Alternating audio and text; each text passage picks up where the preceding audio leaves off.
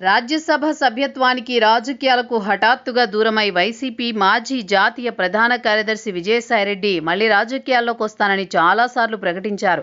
తాజాగా మరోసారి ప్రకటించారు. ప్రత్యక్ష రాజకీయాల్లోకి వస్తున్నట్లు సూచనప్రాయంగా వెల్లడించడం, సొంతంగా డిజిటల్ మీడియా వేదిక సిద్ధం చేసుకుంటూ ఉండడంతో రీఎంట్రీ ఖాయమనే ప్రచారం ఊపందుకుంది. ఈ క్రమంలోనే ఆయన మళ్లీ వైసీపీ వైపే అడుగులు వేస్తున్నారని, జగన్తోనూ సంప్రదింపులు జరుగుతున్నాయన్న ప్రచారం జోరుగా సాగుతోంది. గత ఎన్నికల్లో ఘోర పరాజయం పొందిన నాటి నుంచి పార్టీ తీవ్రమైన సంక్షోభ పరిస్థితులు ఎదుర్కొంటోంది. ముఖ్యంగా ఢిల్లీ స్థాయిలో వ్యవహారాలు చక్కబెట్టడం, విపక్షాలు దాడి చేస్తోన్న వేళ పార్టీ తరపున గట్టిగా నిలబడడం, సరైన పొలిటికల్ స్ట్రాటజీలు అమలు చేయడంలో లోటు స్పష్టంగా కనిపిస్తోంది. జగన్ రెడ్డి పదే పదే రాజకీయంగా ఇరకాటంలో పడుతుండడం చూశాక గతంలో నెంబర్ 2గా చక్రం తిప్పిన విజయసాయిరెడ్డి వంటి పదునైన వ్యూహకర్త అవసరం పార్టీకి ఎంతైనా ఉందనే అభిప్రాయం కేడర్తో పాటు అధినేతలోనూ బలపడిందని తాడేపల్లి వర్గాలు చెబుతున్నాయి. విజయసాయిరెడ్డి కూడా పార్టీకి దూరమైన తర్వాత ఎదుర్కొన్న పరిణామాలు, పొలిటికల్ గ్యాప్ ఆయనకు రాజకీయ మైలేజ్ ఇవ్వలేదు. తనకంటూ ఓ బలమైన రాజకీయ ఉనికి ఉండాలంటే మళ్లీ యాక్టివ్ పాలిటిక్స్లో రావడం అనివార్యమని ఆయన గ్రహించారు.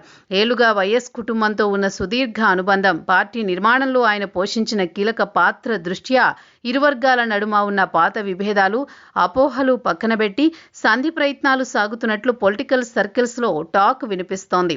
రెండు వైపుల అవసరాలు సమానంగా ఉండడమే ఈ చర్చలకు ప్రధాన బలాన్ని తెలుస్తోంది. ఈ రీఎంట్రీ ప్రక్రియ అనుకున్నంత సులభం కాదు అనే అభిప్రాయాలు లేకపోలేదు. గతంలో సాయిరెడ్డి రాజీనామా చేసిన సమయంలో వైసీపీ అధికార వేదికల నుంచే ఆయనపై తీవ్రస్థాయిలో నమ్మక ద్రోహం ఆరోపణలు వచ్చాయి. అలాగే పార్టీలో స్థానచలనం పొందిన కొత్త సమీకరణాల మధ్య సాయిరెడ్డికి మళ్లీ పాత హోదా, పూర్వ వైభవం ఇస్తే అంతర్గతంగా ఎలాంటి ప్రతిఘటన ఎదురవుతుందనేది ఆసక్తికరంగా మారింది.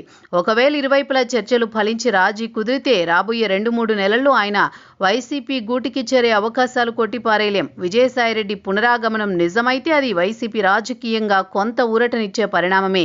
ఢిల్లీ స్థాయిలో పార్టీ గొంతును వినిపించడానికి, ఏపీలో మీడియా, రాజకీయ వ్యూహాలను సమర్థవంతంగా అమలు చేయడానికి ఆయన అనుభవం ఉపయోగపడుతుంది.